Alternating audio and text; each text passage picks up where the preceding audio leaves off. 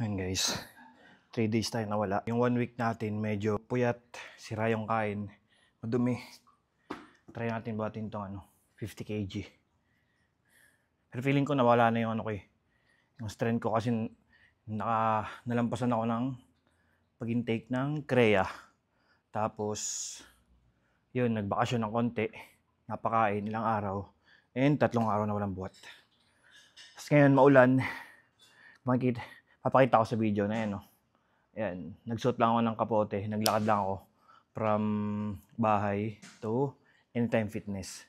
Ito yung kagandahan kapag sa Anytime ka. Makapag-gym ka kahit anong oras. Pero kasi ako napanood na content creator, business niya is mga fabricator siya. Sinasabi niya dun sa content niya na pinopromote niya yung yung gym niya. Bakal gym. Tapos sa kanya na rin yung mga gamit kasi nga fabricator siya. So, parang pinopromote niya yung business niya. Pero parang dinadown niya yung mga commercial gym kasi daw mahal. Tapos kasi daw kailangan annual ka mag-member sa mga commercial gym like Anytime Fitness. Sa bakal gym naman daw pwede ang daily kasi hindi ka naman daw araw-araw makapag-gym sa Anytime Fitness. So, or sa ibang commercial gym. Sinabi niya pa doon na yun nga, mas mura daw sa bakal gym. Well, mas mura naman talaga.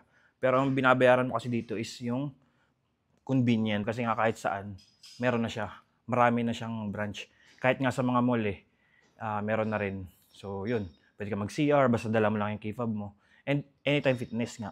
Like 24 hours siya. Yun, anytime pwede ka pumunta. And yung ventilation system, mas okay. Hindi mainit, alam mo yun. Libre tubig, pwede ka mag-shower after mo mag-workout. Kaya yung iba nagdadala na ng gamit, yung mga papasok sa trabaho or yung after sa work. Dito na rin naliligo. Ano pa ba? Try natin buhatin tong 50 kg.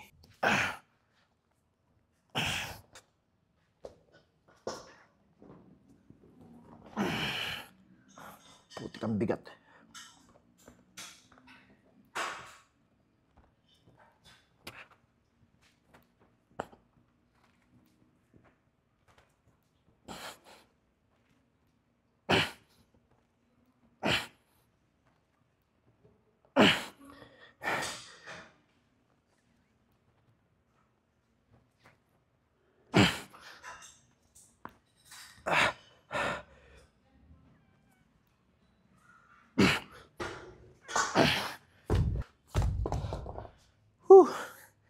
Grabe.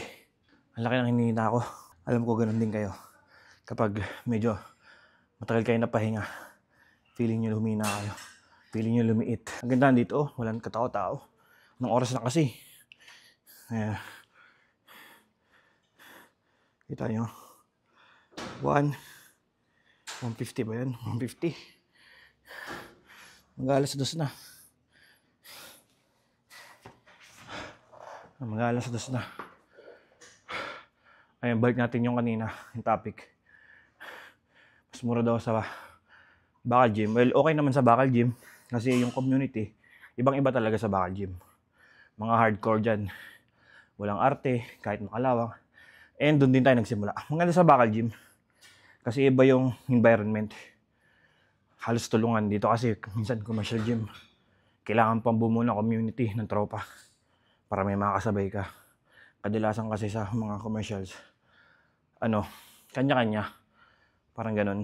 Yun, wala namang masamang i-promote yung business mo. Basta wag mo na lang sisiraan o i-mention pa yung ibang gym, di ba? Kung titingnan mo, ito hindi kaya nung ibang bakal gym, di ba?